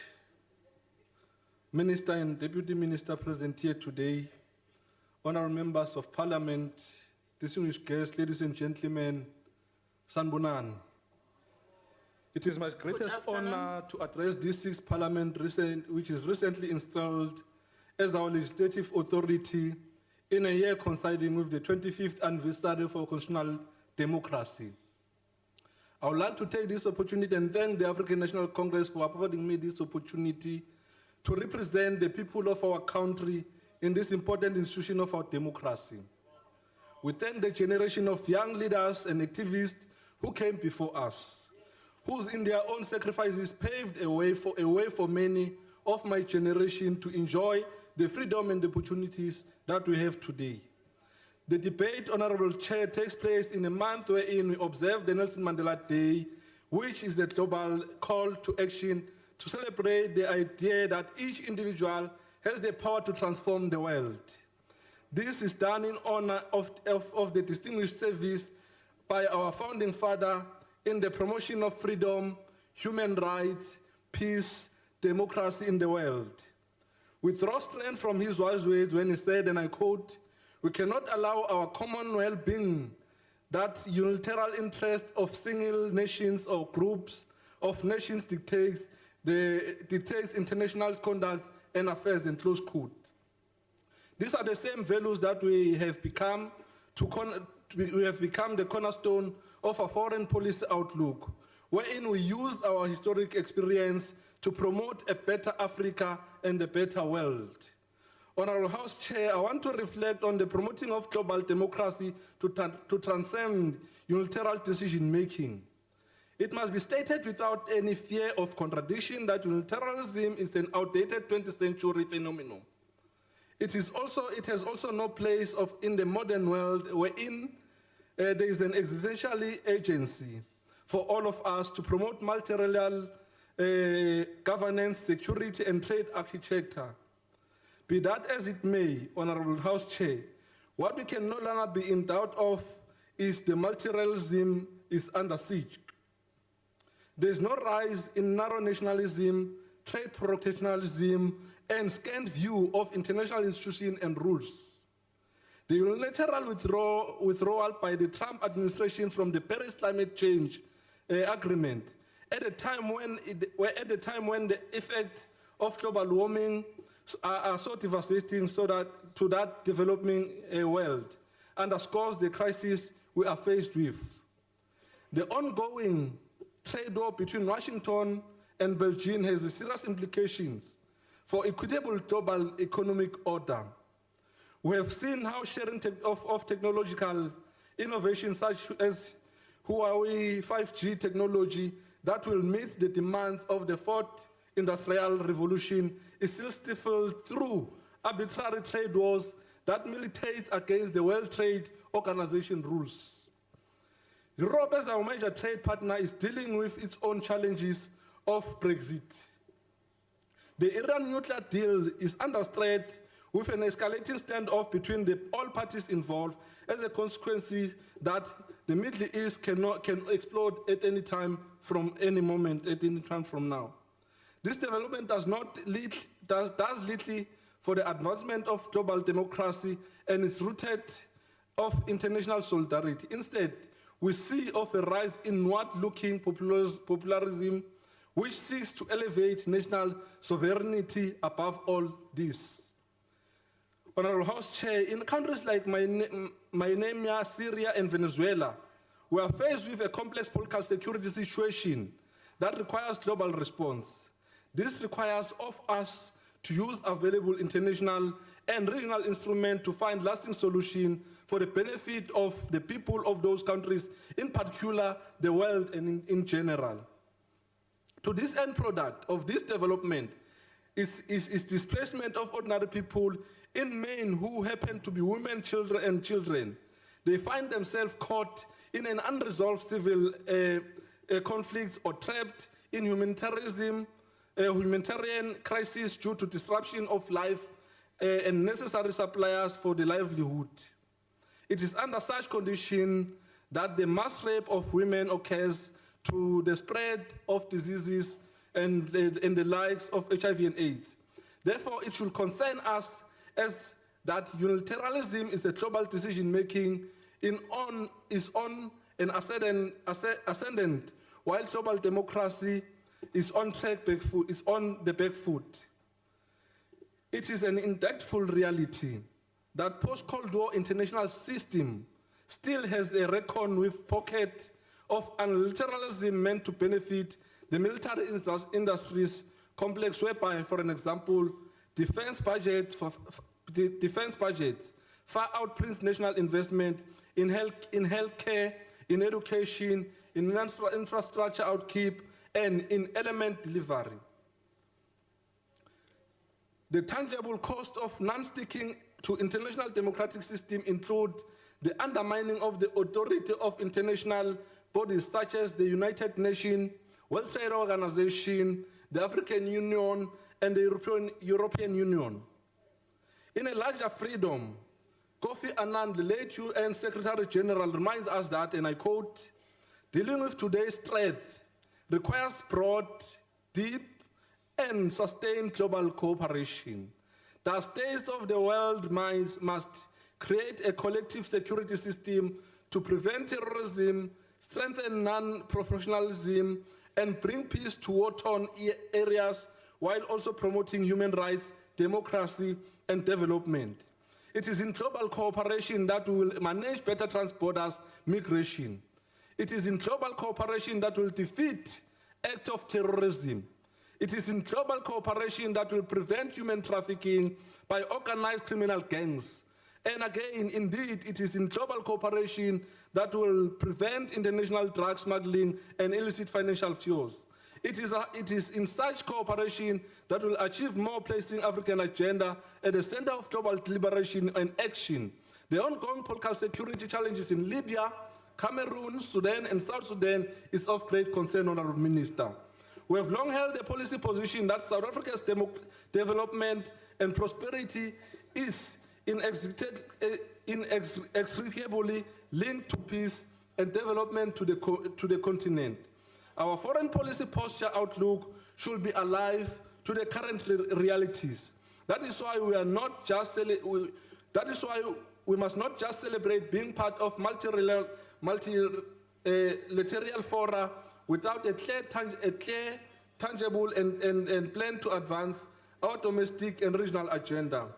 Our commitment in contributing to a stable, peaceful, and a prosperous Africa continue working with other nations within SADC and the African Union should be the basis of our agenda. Honourable Mwela, your time has expired. Thank you, House Chair. We call upon Honourable Likota.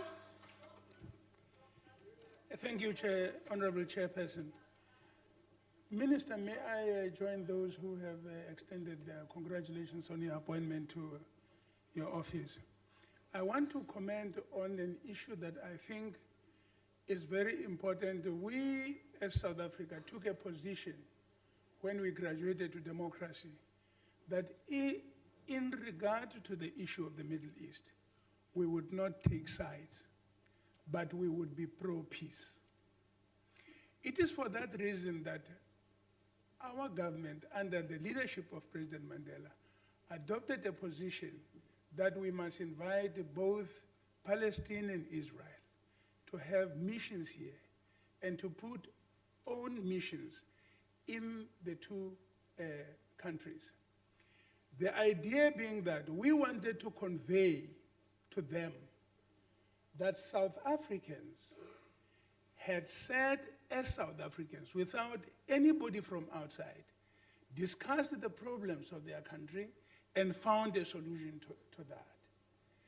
And we did so because we also recognize the fact that the two-state solution of the Middle East was an initiative of both Israel and the Palestinians. It may not have been perfect, but it was the product of the owners of the conflict. What was important for us was to join the international community to support a process that saved the lives of people on both sides, but that necessarily needed to be helped and guided towards a more complete and acceptable solution. I would like to say to you, Minister, and your department, that South Africa must not be part of those who lose patience in the drive towards achieving the objectives both Arafat and his counterpart identified for their people and laid the foundations for it. We are now sitting in the United Nations with both sides. The flag of Palestine and Israel are flying there. We have a duty to continue to prevail on both sides, to return to the negotiations where they don't agree on issues, but they must find solutions in discussion and not spill more blood.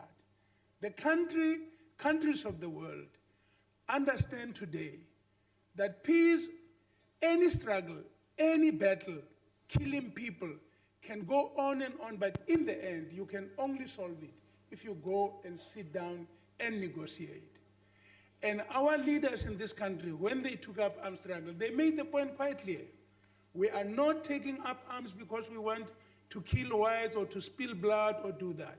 We are doing so Honourable to Lukota, put pressure on the your government time has expired. to go to the negotiations with us. Thank you. We now call upon Honourable M.G.E. Hendricks.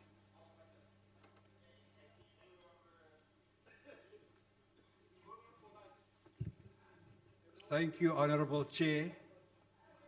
Honourable Doctor, Minister and Sister. When you were given the great honour to be our Minister of International Relations on the eve of commemorating President Mandela, we saw you realizing his dream of a free South Africa, which we all know he said will only happen when occupied Palestine is free. Now is not the time, Honourable Minister, to talk about the two-state solution. We don't want a solution for Palestine. We call for freedom for Palestinians. The same freedom South Africans enjoy today. One man, one vote. We cannot thank the leadership in international relations enough for their position on the Palestinian struggle. It was the Palestinians who facilitated a huge arms shipment of weapons from Libya via Angola and then in a Russian truck and more trucks to South Africa, where former Defence Minister Modisi took delivery. We should send weapons to Palestine. The truck is still here. It is disappointing that the African Renaissance and International Cooperation Fund budget has declined over the years. Does not help our President as Chair of the AU to take further the dream of Brother Colonel Gaddafi for a united Africa. But we still have former President Thabo Mbeki who will support him, and we're waiting for the identification of a site for the Pan-African Parliament, which we hope will be within a stone's throw from Parliament in District 6, the hub of the resistance in the 60s. This was the dream of President Thabo Mbeki. Judge Fikile Bam was arrested in District 6. The great African intellectual Achima Feji spoke about the African Renaissance in District 6. So, Minister, we're waiting for you to take the lead to take forward the African Renaissance. Minister, we have to express our disappointment on your silence on the untimely death of the first democratically elected president of Egypt. We also want to suggest to you that you look to Pakistan for nuclear energy to help us with our electricity crisis. Our hopes lie in you negotiating a settlement between Morocco and Western Sahara, the ambassador, which Al-Jamaa hosted recently, because they are both close to Honourable our Hendricks, your time has expired. We now call upon Honourable M. Chetty.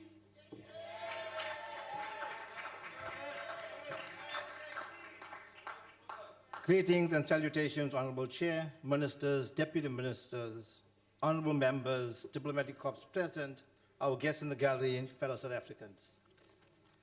Honourable Minister, it will be a disservice to South Africans watching this debate if I did not bring to light that some members have come to this podium having not attended the committee meetings or even read the APP, but expressed blinding support for this budget vote. It's an act of criminality to those constituents that have sent them here. I quote the late, great Martin Luther King, who said, open quote, "Life's most persistent and urgent question is, what are you doing for others?" How apt, Honourable Minister, is this quote when the reference to the Department of International Relations and Cooperation and the role the department plays on the African continent? According to the annual performance plan presented to the committee and Minister, depending on who you ask, the CFO will tell you it's 855 million. The Director General will tell you it's 955 million. And if you look at the APP, it's 1.1 billion. You take your pick, Minister. And this allocation for Program 5 international transfers which provides for South Africa's membership to international organizations such as the United Nations, African Union, and South African Development Corporation. A persistent source of discomfort during the Fifth Parliament was always that South Africa was not receiving value for money in return for these membership fees. The amount contributed should surely ensure that we are at the forefront of setting the agenda, not merely sitting on the sidelines, as is currently the case. South Africa has always been the reluctant leader, even when our African compatriots view us as a beacon of hope on the continent. But then again, one need not look far on why we struggle to own our place as a geopolitical leader. Despite the international embarrassment that the ambassador Zinzi Mandela brought to the country, President Cyril Ramaphosa still went ahead and extended her tenure. Also, Minister, the shocking testimony at the Zondo Commission by yet another delinquent ambassador, Bruce Colonia from the Netherlands, and his involvement in the irregular and illegal landing of the infamous Gupta plane at Waterkloof should warrant his immediate removal from office. Frankly, Minister, we can do better in vetting ambassadors and diplomatic staff. Honourable Minister, you need to awaken from the dream that President Ramaphosa concocted during his State of the Nation address and come to the realization that the appointment of ambassadors need to move away from the current patronage model where political rejects are given a soft landing. Governments should be bold enough to appoint ambassadors from opposition parties who have played a role in the advancement of South Africa's democracy. Minister, this government's foreign policy veers to the east, where we seem comfortable to be playing second fiddle to China and Russia, has not been met with the same zeal from our own citizens. Students who, not of their own choice, but out of desperation, go to China to study medicine, suddenly find themselves with medical qualifications that can't be practiced in their very own home of South Africa. The Minister of Education, Brady Nzimande, made an unfulfilled executive promise to recognize these medical qualifications. Minister, you have an opportunity to right this wrong by taking up the plight of South Africans who spend years in foreign universities studying only to be rejected by their own country. We simply cannot lose this vital human resource. The department's handling of the suspension and ongoing investigation of its CFO leaves much to be desired. The lack of decisiveness has a direct bearing on how we effectively use DIRCO for the South African brand and meet our obligations internationally. Inasmuch as we seem to sing our own praises regarding the country's international footprint, this does come with financial constraints. Serious consideration should be given to downsizing some diplomatic missions and merging functions such as tourism advocacy with consular services. The need for cost-cutting measures has further been reinforced by the department's own acknowledgement that there's widespread, fruitless and wasteful expenditure across our missions and properties abroad. Spending money on properties that are not being used is not only a waste of money, but is an insult to South Africans who are both homeless and destitute. Honourable Minister, the Fifth Parliament went by, and the department failed to ensure that the Foreign Service Bill was approved. It is my sincere hope that you will play your role to facilitate the passing of this legislation during the Sixth Parliament. One of the mandates of DIRCO is to assist South Africa's citizens abroad, yet on numerous occasions, most of them have often been left stranded due to red Honourable tape. Chetty, your time has expired. Thank you, Madam Chair.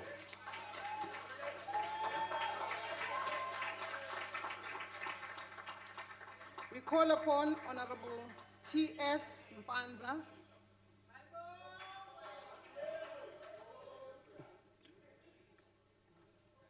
Honourable Chairperson, the Honourable Minister, the Honourable Deputy Ministers, the Honourable Chairperson of the Portfolio Committee, Honourable members of the Portfolio Committee, Honourable members, ladies and gentlemen. Chairperson, I think for the record, we must state that our Portfolio Committee yesterday adopted the report unanimously by all political parties with no objections. I'm going to focus on the issue of African Renaissance. Africa must take its rightful place in the global politics and development of the continent. There are a number of instruments that we can use to achieve this goal of Africa taking its rightful place in global politics and development. And fortunately for us who are now in the sixth administration, our predecessors were visionary leaders who in their wisdom established an instrument called an African Renaissance International Cooperation Fund to take the African agenda forward. African Renaissance, an international cooperation fund, was established immediately after 1994. The democratic government took a deliberate decision to establish this fund to promote the development assistance and to consolidate peace and reconstruction in Africa and elsewhere in the world. The fund was thus established in the year 2000 pursuant to an Act of Parliament, the African Renaissance and International Fund Act, Act number 51 of 2000. One of the objectives of the ARF is to promote democracy and good governance. The ARF would continue to support the South African Development Committee SADC election observer missions. The holding minister of democratic elections is considered critical to socio-economic development of the continent and the region. There are 10 countries that are due to go for elections in the 2019-20 year. And of these, 5 would be from SADC region, that is Botswana, Malawi, Mozambique, Namibia, and South Africa. Of course, South Africa has just had its own elections recently. The ANC-led government believes that building strong institutions would enable South Africa to entrench the culture of good governance as well as efficiency and responsiveness, which is an integral part of Africa's renewal program. The ARF would continue to pursue its strategic objectives as outlined in the ARF Act with more emphasis on the provision of loans and investment projects to fulfill these strategic objectives. The good story to tell about this ARF fund is that the ARF granted its first loan to the government of Cuba, which is in line with the ARF future strategy of focusing on loans and infrastructure investment, which would aid in recapitalizing the ARF amid reduced allocations. Cuba is reported to have already serviced and paid its loan in full. We therefore thank and commend the Cuban government for honoring its commitment to this noble cause. The ANC, Yakuba, Vumanibu, is taking this country forward. The world continues to experience an increase in natural disasters. The fund enables South Africa to be counted among those who strive to restore human dignity and bring relief to the people in distress as and when humanitarian situations arise. One of the strides that we have also made as a country on behalf of the African continent is that South Africa is one of the largest footprint in the world when it comes to foreign policy implementation. I think this should be celebrated by all Africans across the continent. Chairperson, the signing of free trade agreements amongst African countries creates more space and opportunity for African countries to trade amongst themselves, thus boosting the African continent economic growth for the benefit of Africa and the world. This positive development should be commended by all of us. Charity begins at home, local is lekker. Furthermore, signing of these free trade agreements also reposition Africa as one big market that can now compete with other countries and continents from a position of strength than that of weakness. thus making Africa a force to be reckoned with in the world. Iyahamba le moto kahulumeni oholwa This car uKhongolose. led by the ANC is taking this Bathi country ke forward. imoto They ehambayo used to izinja say the car ziyayikhonkoda. that is in motion is being Kodwa backed emile by the dog. ziyayichamela. Hlonishwa Eh, Mbanza, Honourable isikhathi Banz. sakho sesiphelile. Manje sebethi ke Now they are saying eriversayo the reversing car ziyayidunisela njenge-DA is- dunudunu. we are saying do not to the DA. We now call upon the Honourable Minister of International Relations and Cooperation, Dr. Naledi Pandor, to close the debate.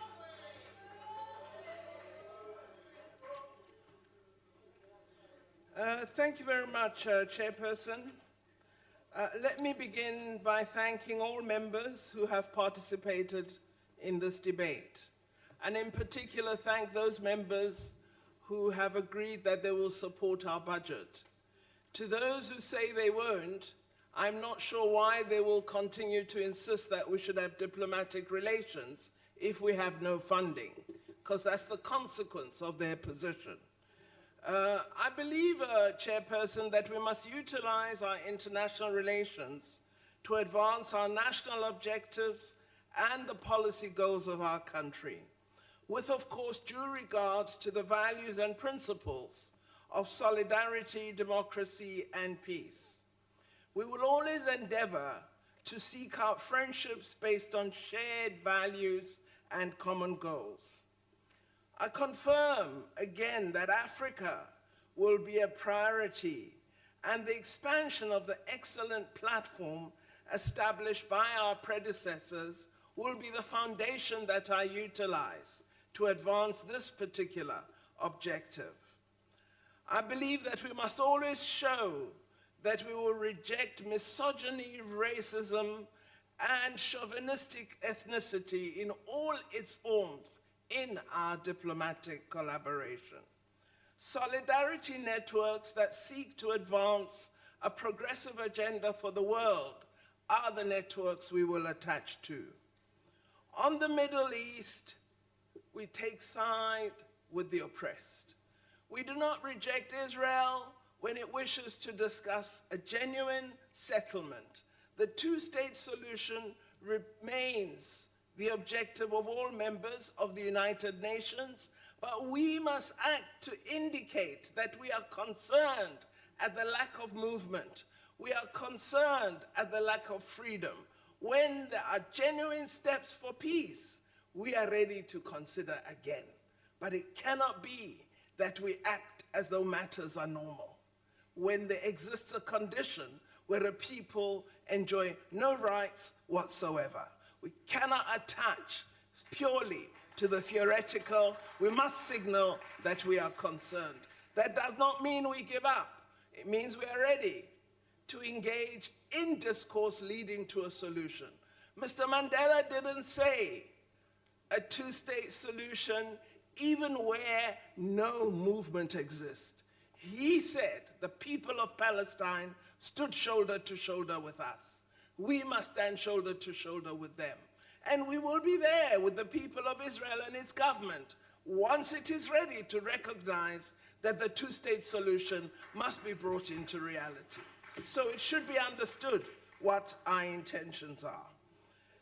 And we would be most happy when we discuss the Middle East that we talk about Syria, we talk about the humanitarian disaster in Yemen, that we talk about all those who suffer and don't neglect to mention other actors in that region that are exacerbating the negative condition of humanity. Absolutely imperative that we do that.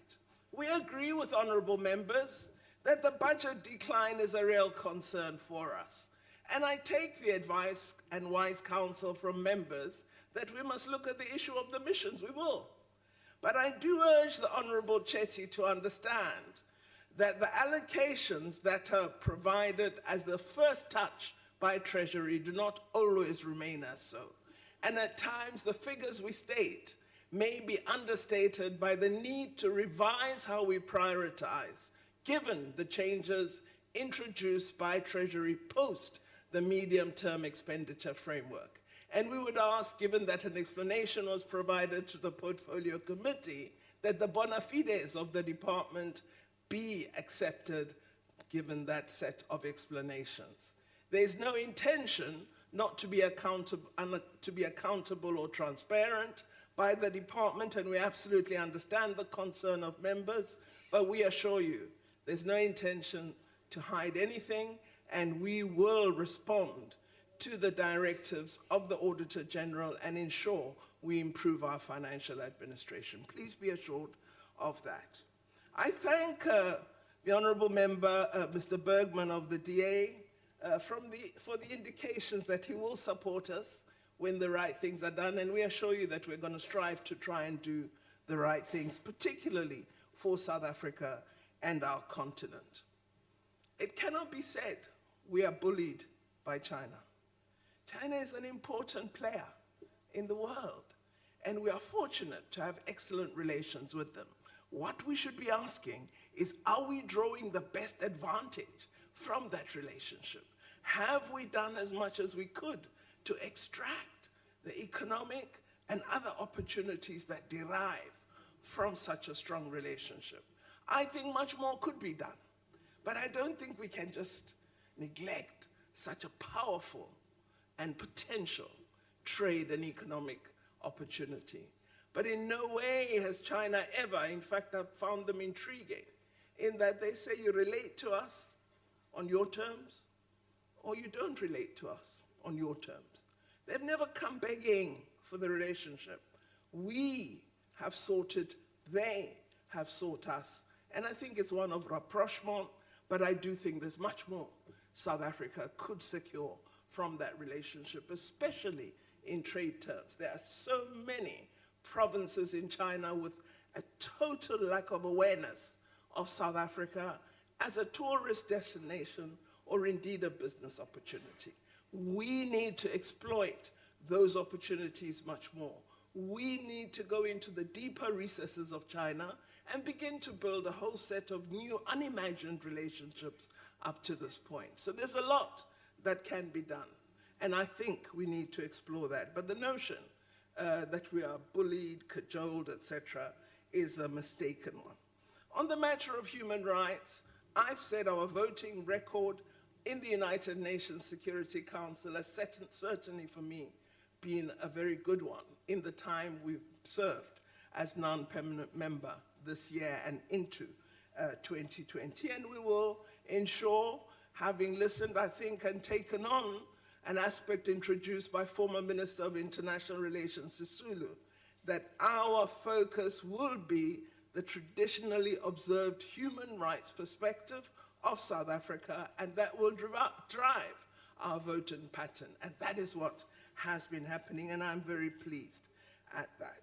On the conduct of ambassadors, clearly we must address this, and I must do so in discussion with the President. You know, it's not just the decision of the minister. We must have a proper discussion and address that. But also, I do call on us as South Africans to always have regard when there is a set of dialogues, to all sides of the dialogue, and to be critical of all elements that exude racism, sexism, or any form of prejudice or discrimination. And don't choose one part. All of us are focused on Ambassador Mandela and not what has been said to her or about President Mandela or Mrs. Winnie Mandela. By saying that, I do not in any way absolve or say one supports. But I'm saying let us be even-handed in all commentary that we make about comments. And of course, with respect to Ambassador Kolwane, again, I think a serious discussion is merited. On the matter of our chairing of the African Union, I hope we're going to show the continent that we really take the continent seriously, and that we're going to develop a set of programs and interventions that will enhance Africa's place in the world and progress with all the agenda programs of Agenda 2063. We as Africa must begin to make real advances. And this is why I have inserted the notion that let's use South Africa's capacity for research and innovation to begin to place Africa at the heart of developing new ideas and new products. We haven't done a quarter of what is possible by our continent. We're not yet using the opportunities for creating a knowledge-based society. So let's begin to think differently. Africa's change doesn't only happen through resolutions at the African Union, in the economic communities, or at the United Nations. The change begins by how we use our talent and our institutions. So let's begin to add these elements that I believe are missing at this moment so that we really make the kind of advances that place us in the center of the world. If we do that, I believe finally our continent and our people will come into their own. I thank you all for participating in the debate. Thank you.